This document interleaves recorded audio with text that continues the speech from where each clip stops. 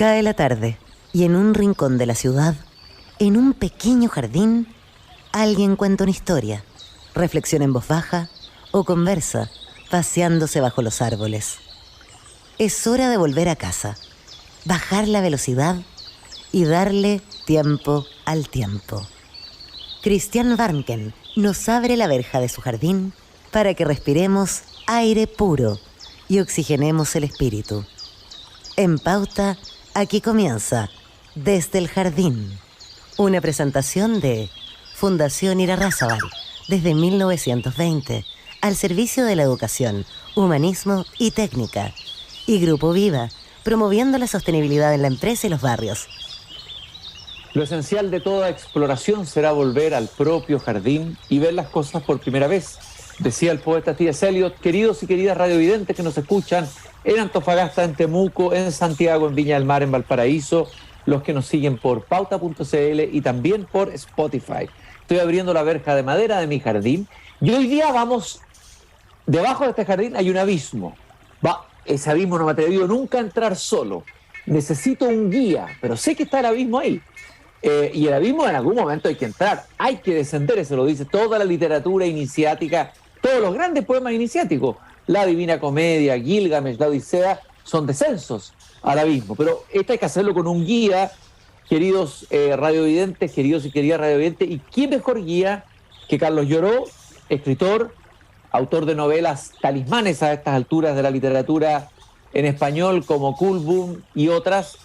Él es músico, profesor de la Universidad Católica, de la Universidad de la Frontera, vive en Temuco, cubano de origen. Hemos conversado varias veces con él desde el jardín.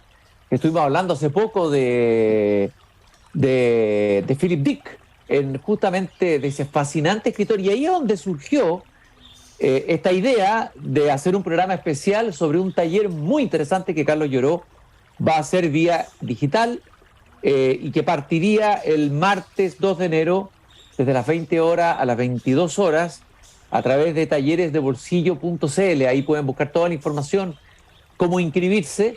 Ya lo he recomendado otras veces. El título del taller es Escribir desde el abismo, cruces entre literatura y psicología. Voy a leer simplemente el párrafo inicial de la descripción del taller, en la que el Carlos Lloró dice que entre las numerosas funciones de la escritura hay una que contribuye a modelar de especial manera el calibre de nuestra humanidad. Anotar, expandir, poetizar, iluminar, poner en escena nuestro yo profundo. Es en esta encrucijada donde la literatura y la psicología conversan. En ese cruce de caminos es donde va a moverse Carlos Lloró como guía y nos va a guiar por ese abismo, el abismo y la escritura. Esto tiene que ver con mitologías, tiene que ver con ficciones que están vivas dentro de nosotros, a veces no nos damos ni cuenta, pero están ahí en estado latente. Carlos, un gusto de caminar contigo desde mi jardín al abismo en esta tarde. Un verdadero placer, Cristian. Hoy no solo caminaremos por el jardín, sino que destaparemos alguna trampilla ahí oculta hacia una profundidad quizás peligrosa, ¿no? Desde luego. Es decir, finalmente, creo que Cortázar decía en un texto, en cualquier momento uno puede abrir una puerta y de repente puede pisar y caer, quizás ¿dónde? ¿En qué mundo? ¿No? Bueno, las crónicas de Narnia, había un biombo o un lugar donde se guardaba la ropa y ahí había un cruce que te llevaba a otro mundo, y así estamos llenos de puertas ocultas y muy cerca, muy presentes en nosotros. Pero, ¿por qué el abismo, Carlos? A alguien le podría venir vértigo, angustia de pensar que alguien lo va a llevar a caminar hacia el abismo. Sí, el abismo es una representación simbólica de lo desconocido, realmente. Todo lo desconocido es un abismo. Las tradiciones religiosas más antiguas colocaban en las tinieblas, en el abismo, justamente a la divinidad. La divinidad primera está en el abismo, y del abismo de repente, desde ese abismo de tinieblas profundas, aparece una lucecita, ¿no? Y esa lucecita es el universo manifestado, ya el universo como creación. Pero antes de la luz hay una fuente de tinieblas muy profunda, y el ser humano siempre se ha representado a esas tinieblas como el lugar a donde hay que viajar para justamente crecer, para convertirnos en héroes. El viaje iniciático, ¿no es cierto? el viaje iniciático de todos los héroes, de todos los cuentos de hadas, de los cuentos del ciclo artúrico, de todos los cuentos, de todas las tradiciones, hay un héroe que hace un viaje iniciático que va a producir transformaciones. Ahí está Joseph Campbell con la máscara, el héroe de 1000 máscaras, ¿no? y de 1000 rostros. Ahora, este cruce entre psicología y literatura, Carlos, tú dices, seguiremos la pista de Sigmund Freud y su teoría del Unheimlich, no se lo pronuncié bien. A ver, partamos por Freud como el fundamento más teórico, más psicológico, y luego vamos a ir a los autores que vas a visitar en este taller. Sí, Freud es un caso paradigmático en este cruce, ¿no?, entre psicología y literatura. En primer lugar, porque él era un gran escritor. Freud era un verdadero maestro del lenguaje. Entonces, ya ahí hay un primer contacto, ¿no? Después, porque él, muchas de sus teorías buscaba la representación, la síntesis en la literatura, porque es muy interesante en esto de psicología y literatura, que muchas veces el camino que realiza el investigador es un camino muy largo para determinar o para detectar algunos síntomas, para detectar algunas maneras de proyectarse el yo hacia el exterior, pero ya en la literatura, generalmente, sobre todo en la literatura fantástica, ya eso aparece como predigerido, en una especie de síntesis. Esto de lo que hablaban los alquimistas de la síntesis y el análisis, ¿no? El solve y el coagula. Cuando para uno analizar algo, primero debe encontrar la síntesis. Y por eso Freud detectó muchos elementos propios de las neurosis, cosas que él estaba investigando, estaban ya en algunos relatos, sobre todo en relatos como el hombre de la arena de Ernst Theodor Amadeus Hoffmann, al que él le dedica el ensayo sobre este Unheimlich, finalmente, ¿no?, sobre los siniestros. Ahí ya estaba sintetizado, prácticamente estaba digerido, o predigerido, todo lo que él iba a investigar. Entonces él toma este relato como una de las fuentes para su ensayo sobre lo siniestro, que se ha traducido como lo siniestro al castellano, pero Unheimlich es un tema, es un concepto mucho más profundo y mucho más ambiguo. De hecho, él, en este mismo ensayo, él hace una etimología y se va paseando por el significado aproximado en muchas lenguas de qué significa esto de Unheimlich, que literalmente podría significar lo no familiar, pero no es solo lo no familiar, porque Heimlich significa familiar, Unheimlich es no familiar, pero no es solo algo que no es familiar, algo que es extraño, algo que produce extrañeza, sino más bien algo que fue familiar y de repente se nos vuelve ajeno, se nos vuelve extraño, ¿no? Hay un proceso ahí de metamorfosis muy especial que tiene que ver también con una mutación de la percepción. Entonces, es un primer abismo de esta cruz entre psicología y literatura, ese ensayo sobre lo siniestro o sobre el Unheimlich de Freud. Oye, Carlos, y también está el discípulo disidente de Freud, Gustav Jung, me imagino que aparece en tu taller también, inevitablemente, otro gran experto en catábasis, en descenso a las profundidades. Ahí está su libro rojo, ¿no?, que es una tremenda catábasis, un tremendo descenso al abismo personal y a partir incluso de una crisis psicótica personal que él mismo tuvo. A ver, ¿cómo vas a meter a Jung aquí en este taller? Bueno, Jung sin duda es, de todos estos autores, quizás aquel con el que yo más resueno, porque justamente él no se convirtió solo, Jung no se convirtió solo en un investigador del abismo, sino que él descendió al abismo y él escribió al abismo. Yo creo que el libro rojo y los recientemente publicados libros negros, que son 7 tomos, que es otro nivel de este abismo jungiano, yo creo que ahí él decide poner en práctica el descenso a la profundidad de su propio yo. Recordemos que es interesante cómo Jung, en algún momento explorando esta idea del abismo, él llega a los gnósticos, ¿no?, los primitivos gnósticos cristianos, que eran los cristianos rebeldes o los cristianos disidentes, que tenían había una precisión, una diferencia con los cristianos ortodoxos. Los cristianos ortodoxos decían que el Dios estaba afuera, había que buscarlo y por lo tanto había que pasar por una mediación, y esa mediación era el sacerdote o la iglesia. En cambio, los cristianos gnósticos, los cristianos rebeldes, decían que no, que Dios estaba dentro. El camino era hacia el interior. O sea, fueron los primeros psicólogos finalmente, ¿no? Los primeros psicólogos, porque ellos a Dios no le llamaban el creador, sino le llamaban la gran profundidad, usaban términos abstractos, el abismo, la gran profundidad. Entonces Jung toma esto y lo conecta con su teoría del inconsciente colectivo. Entonces el inconsciente junguiano, el abismo interior, ¿no?, está conectado con estas primeras manifestaciones, estos primeros brotes de cristianismo rebelde o cristianismo psicológico, podríamos llamarlo, ¿no? Estoy conversando, caminando por el jardín al borde del abismo con Carlos Lloró, quien iniciará un taller la próxima semana, Escribir desde el abismo, cruces entre literatura y psicología. Vamos viendo, porque vas a hacer un recorrido por autores, algunos no tan conocidos o no tan leídos, o leídos más bien por un grupo más pequeño de lectores o seguidores de autores de culto, podríamos decir. Bueno, nombraste ahí al Hombre de Arena, el relato de Hoffmann en relación a Sigmund Freud. Está también Alexander Luria, ese es menos conocido, 2 novelas neurológicas. El título es digamos, el adjetivo que es interesante. El hombre con su mundo destrozado y el caso del mnemonista ruso. A ver, ¿quién fue Alexander Luria? Ubícalo un poco en el panorama de la escritura y la literatura. Sí, Alexander Luria fue un gran neurocientífico, un pionero, ¿no?, en la neurociencia soviético. Lo interesante de Luria es que él, cuando detectaba un paciente singular, él viajaba, hablando de este abismo, ¿no?, ya que estamos hablando de cómo llegar al abismo, cómo descender al abismo. Él le dedicaba largos años, o sea, hacía primero una relación de amistad profunda con este paciente, se comprometía en un tratamiento a largo plazo.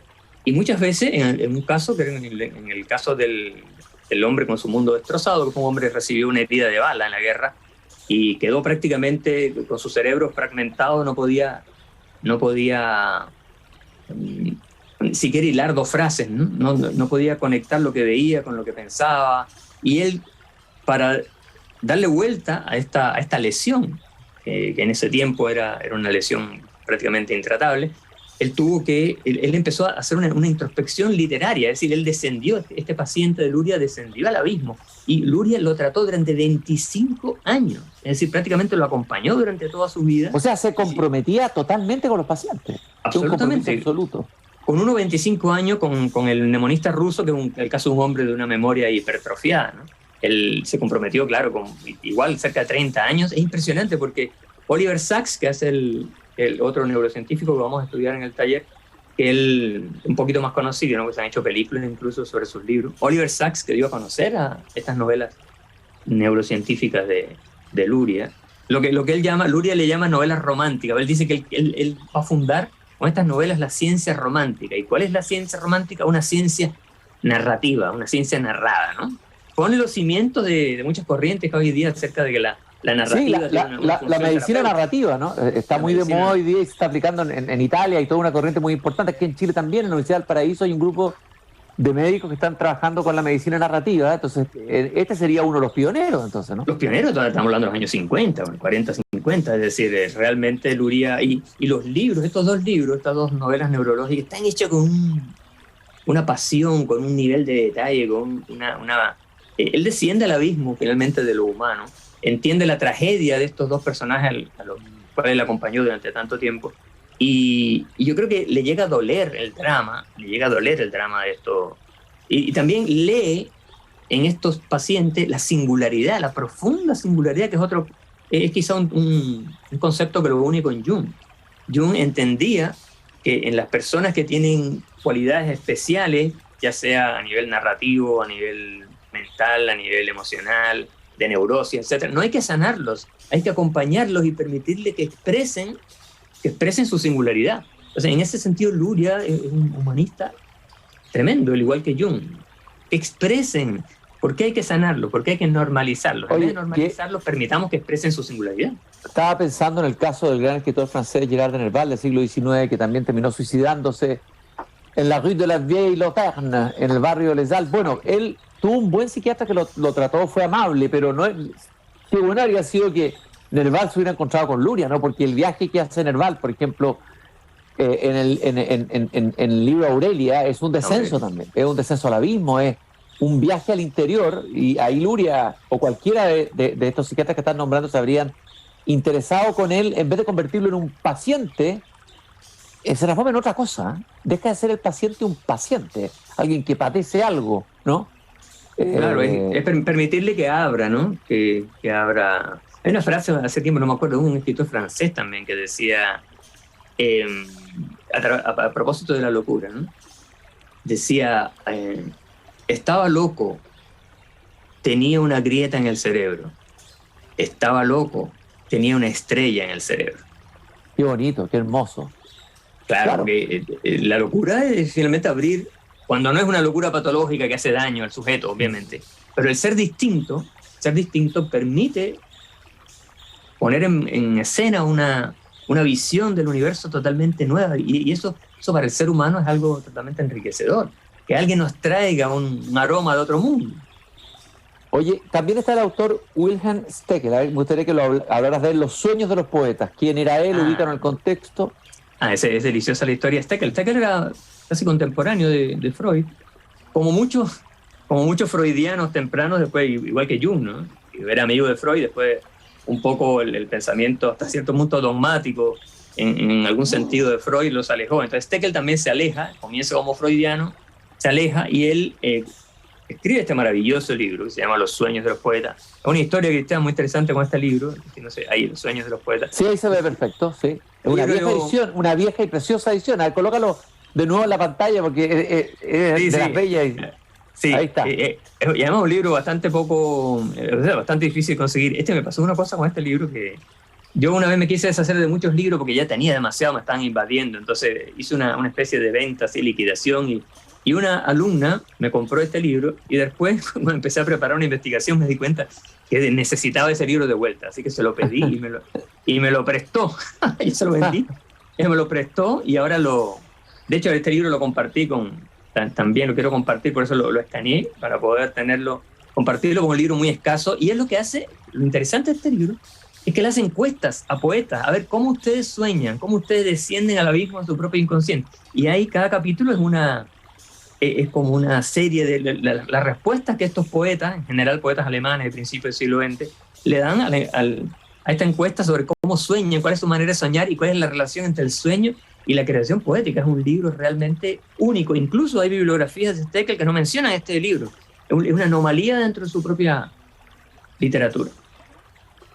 Estoy caminando por el jardín, en el desfiladero del abismo, con Carlos Lloró, escritor, músico, quien dictará este taller de psicología y literatura, cuyo título es Escribir desde el abismo, cruces entre literatura y psicología, un taller que comienza el próximo martes. Son dos interesantísimas, me imagino, muy intensas sesiones de todos estos autores que hemos hablado, y aún más. Bueno, tú hablaste de Oliver Sacks, que es más conocido, Musicofilia, un antropólogo en Marte. Cuéntanos un poco la historia de Oliver Sacks, Carlos, para quien no lo conoce. Sí, bueno, una precisión ahí que creo que es el lunes 2. El lunes 2, perdón, me equivoqué, tienes toda la razón. Sí, lunes 2. Bueno, Oliver Sacks es tremendo también, porque Oliver Sacks, como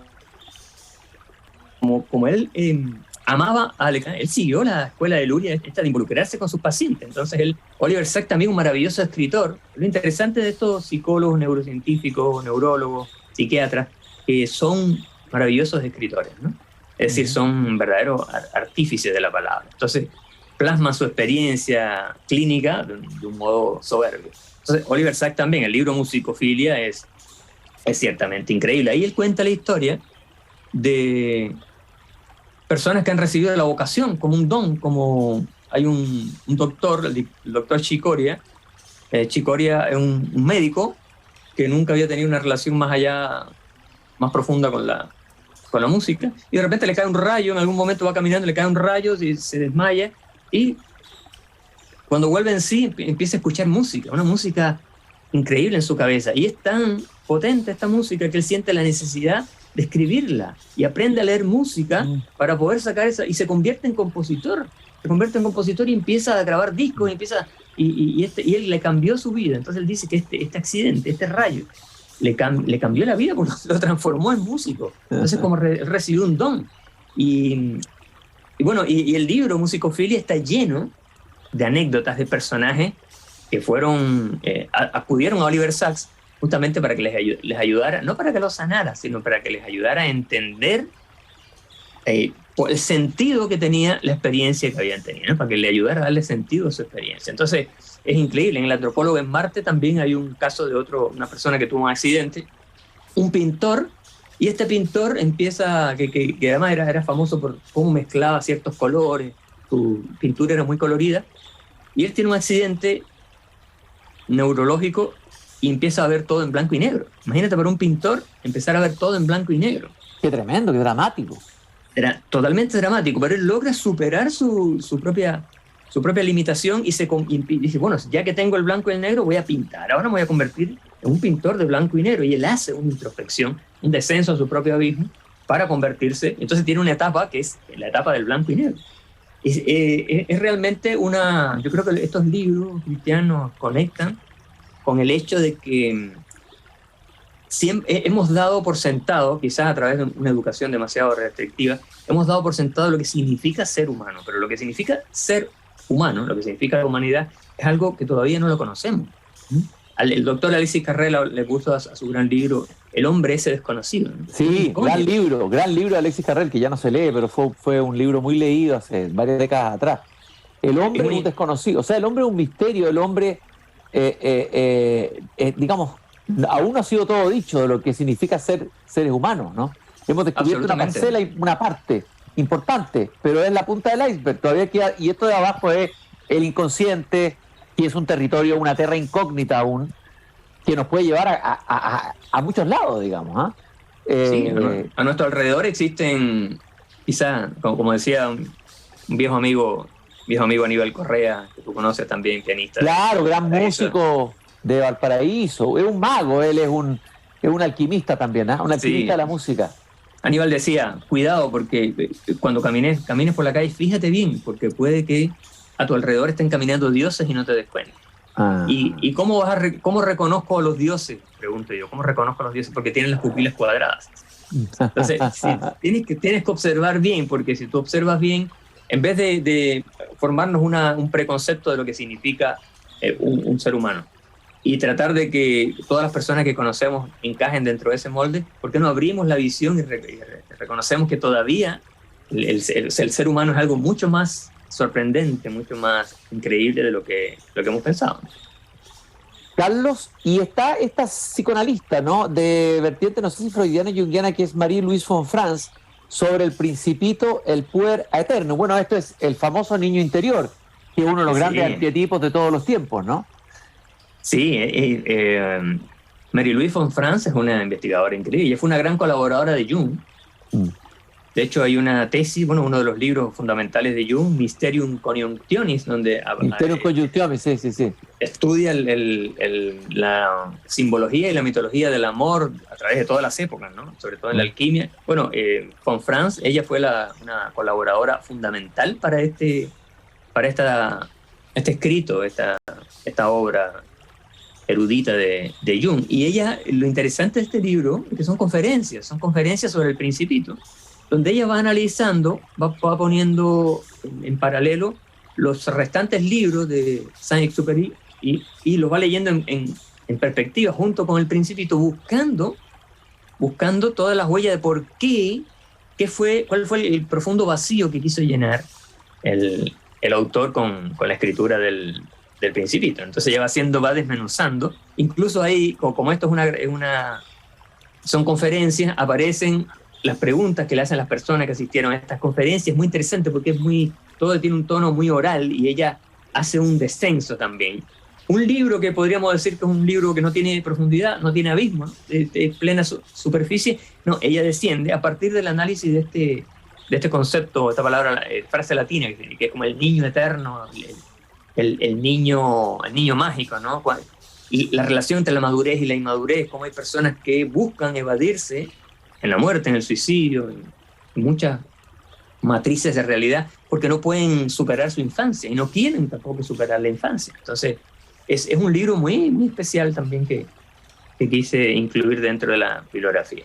Bueno, ahí está sí, el famoso síndrome de Peter Pan, ¿no? Y el libro clásico de Peter Pan, que también tiene que ver con no querer superar esa edad, no querer entrar en la adultez. Y de hecho, El Principito fue escrito en una época de profunda crisis de Saint-Exupéry. Yo me he dedicado a leer los diarios, de gran decepción de la civilización occidental, del mundo intelectual y de sus contemporáneos. Y en esa crisis surge este encuentro en el desierto con este niño, ¿no? Que es como se transforma en un maestro, de alguna manera, es un iniciador El Principito, ¿no? Un guía. Sí, y ella hace el análisis, bueno, y contraste que él se estrella en el desierto, se estrella su avioneta, y este niño viene de una estrella, entonces el doble significado de la palabra estrella, estrellarse, y que llegar a golpearse contra la superficie, ¿no? Y el estrellarse de bajar de una estrella, ¿no? La doble connotación. Qué interesante. Fíjese usted que hemos recorrido, son 2 sesiones, pero la cantidad de autores interesantes que abren mundos, que abren puertas, que nos permiten cruzar el abismo de distintas maneras. Ahí está Marie-Louise von Franz en un análisis sobre El Principito, está Oliver Sacks y de la musicofilia, Carl Jung, Sigmund Freud, William Steig en Los sueños de los poetas, Alexander Luria, 2 novelas neurológicas. Es un material fascinante el de este taller que se inicia el 2 de marzo, que hace un cruce entre literatura y psicología a partir del tema escribir desde el abismo. Ahora, los autores que se han internado en estos territorios han corrido riesgo. Hay peligro, incluso algunos no han salido de ahí. Hay otros que se han salido y han iniciado una nueva vida, pero meterse en el abismo no es inocuo, digamos, y me imagino que hay muchos escritores que han quedado en el abismo. Sí, el abismo es, bueno, básicamente es lo desconocido, ¿no? Y el abismo parte, cuando uno dice escribir desde el abismo, debería decir escribir hacia el abismo, porque generalmente es una labor también, por un lado, uno habla de experiencias que ha tenido, pero por otro lado uno va en busca de esas experiencias abismales, ¿no? La escritura como tal es una experiencia abismal como la entendió Jung, pues. Y hay muchas metáforas del abismo, está el laberinto, la escalera, el espejo, los sueños, la sombra, el viaje, el doble también, ¿no? Que hay también un discípulo de Freud, que fue colaborador durante 20 años de Freud, que también vamos a estudiar en el taller que empieza el 2 de enero, es Otto Rank. Otto Rank escribió un libro completo sobre el tema del doble, donde analiza todos los relatos, analiza la maravillosa novela, una de las primeras novelas de Dostoyevsky, que se llama justamente El doble, que es un tratado de psicología aplicada, esa novela, ¿no? Entonces, Otto Rank fue uno de los primeros que analizó esta obra de Dostoyevsky. Entonces, claro, cuando uno se conecta con este abismo, uno tiene que darse cuenta que uno choca con el abismo para crecer, para convertirse en alguien más, para ampliar el círculo de nuestra personalidad, de nuestro ser, ¿no? Para añadir más ser a nuestro ser, finalmente. Entonces, si uno lo entiende como un proceso de autocrecimiento, de autoformación, de autoanálisis, es fabuloso, el encontronazo con lo otro, ¿no? Finalmente la otredad y el abismo son sinónimos. Con lo otro y con lo luminoso, ¿ah? Que habita también en nosotros, ¿no? Exactamente, lo luminoso, que es finalmente el encuentro con lo indecible, con aquello donde ya la palabra ya no nos sirve, tenemos que dejar la palabra aparcada a un lado, ¿eh? Como cuando llegamos a la orilla de un lago en bicicleta, la bicicleta no nos sirve para seguir, tenemos que dejarla ahí, después ir a nado o en un bote. Entonces lo luminoso, toda la literatura luminosa es una literatura de lo indecible, de lo abismal, de lo otro. Bueno, ustedes nos han escuchado, en media hora hemos simplemente esbozado, vislumbrado a algunos de los autores de los temas fascinantes que Carlos, como excelente guía, va a mostrar y va a abrir en este fascinante taller, escribir desde el abismo, cruces entre literatura y psicología. Quien se interese en inscribirse, se los recomiendo de verdad, háganlo en talleresdebolsillo.cl. La sesión primera de este taller es el lunes 2 de enero del 2023. Estamos a pocos días de ese comienzo de nuevo año, de 20 a 22 horas. Y la segunda sesión es la semana siguiente, el lunes 0 de enero. Es un buen autorregalo que uno debe hacerse para ir más allá de lo obvio, lo predecible, esto de que permanecemos hoy día en un mundo tan en la espuma de las cosas, ¿no? La espuma de los días, como decía el escritor francés Boris Vian. Y hay tantas capas, tantas napas subterráneas que están dentro de nosotros mismos y que, bueno, eso nos pasa la vida y no las exploramos nunca, ¿no? Y esa es la maravilla de la literatura, también de la psicología, y aquí este cruce nos va a permitir entrar no solamente en el abismo como algo lejano, en nuestro propio abismo, y sin miedo. Con los ¿no? ojos abiertos, ¿no? Con los ojos abiertos. Exactamente, Carlos, con los ojos abiertos. Te quiero agradecer, Carlos, como siempre, esta caminata aquí en mi jardín en esta tarde, y te deseo mucho éxito en este fascinante taller que vas a dirigir desde la próxima semana. Muchísimas gracias, Cristian. Un placer, como siempre, conversar contigo. Gracias. Y nosotros nos encontramos nuevamente aquí en este jardín, que también puede ser abismo, a las 8 de la tarde, cuando yo vuelva a abrir la verja de madera de mi jardín. Agradezco a quienes nos han acompañado, también al grupo Viva, que lleva biodanza, poesía, trabajo comunitario al interior de la construcción, y que también ha llegado a acompañarnos aquí desde el jardín. Hasta mañana. Es hora de cerrar la verja de madera del jardín. Pero Christian Warnken la volverá a abrir todos los días de lunes a viernes a las 20 horas en Radio Pauta, cuando comience de nuevo Desde el Jardín. Una presentación de Fundación Irarrázaval, desde 1920, al servicio de la educación, humanismo y técnica. Y Grupo Viva, promoviendo la sostenibilidad en la empresa y los barrios.